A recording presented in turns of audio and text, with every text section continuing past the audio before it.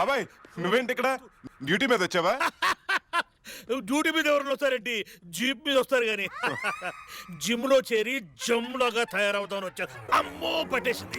బాడీలో గ్లూకోజ్ లేదు, జాయింట్స్ లో గ్రీస్ లేదు. అయినా వయసు అయిపోయిన గుర్రాన్ని రేసులు నిలబెట్టినట్టు ఈ వయసులో నీకు జిమ్ అవసరమా? డంబుల్స్ లేపడానికి కావాల్సింది ఏజ్ కాదు బాబు, మరేంటో కరేజ్.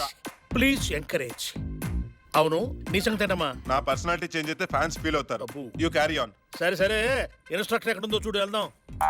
వచ్చినప్పటి నుంచి చూస్తున్నాను అబ్బాయి ఏం మాట్లాడేంటి. మా అన్నయ్య కొంచెం సిగ్గు ఎక్కువలేండి. సిగ్గు ఎక్కువ? మరి చూడటానికి సిగ్గులేలాగా ఉన్నాడు.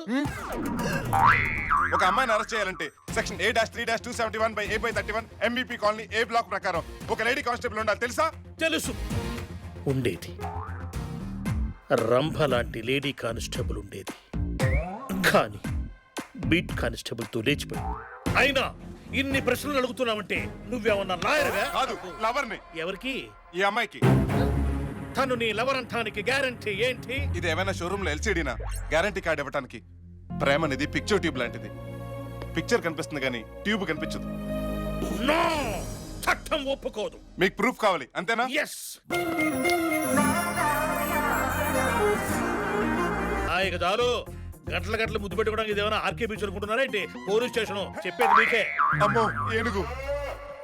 సారీ అండి, ఇన్స్ట్రక్టర్ని కలవాలి. అది నేనే, చెప్పండి.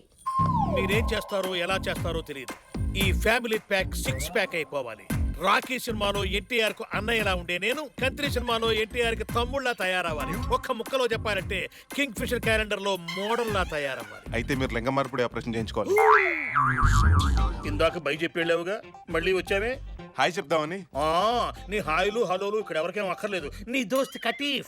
అలా అలగొద్దు బాబాయ్. నువ్వు చెప్పిన విషయం తర్వాత చాలా సీరియస్ గా ఆలోచించాను. పర్సు పోతే మళ్ళీ కొనుక్కొని తెచ్చుకోగలుగుతాం, కానీ పరుగు పోతే తీసుకురాలేంగా. నా వల్ల కమిషనర్ గారి దగ్గర నీ పరుగు పోవటం నాకు ఇష్టం లేదు.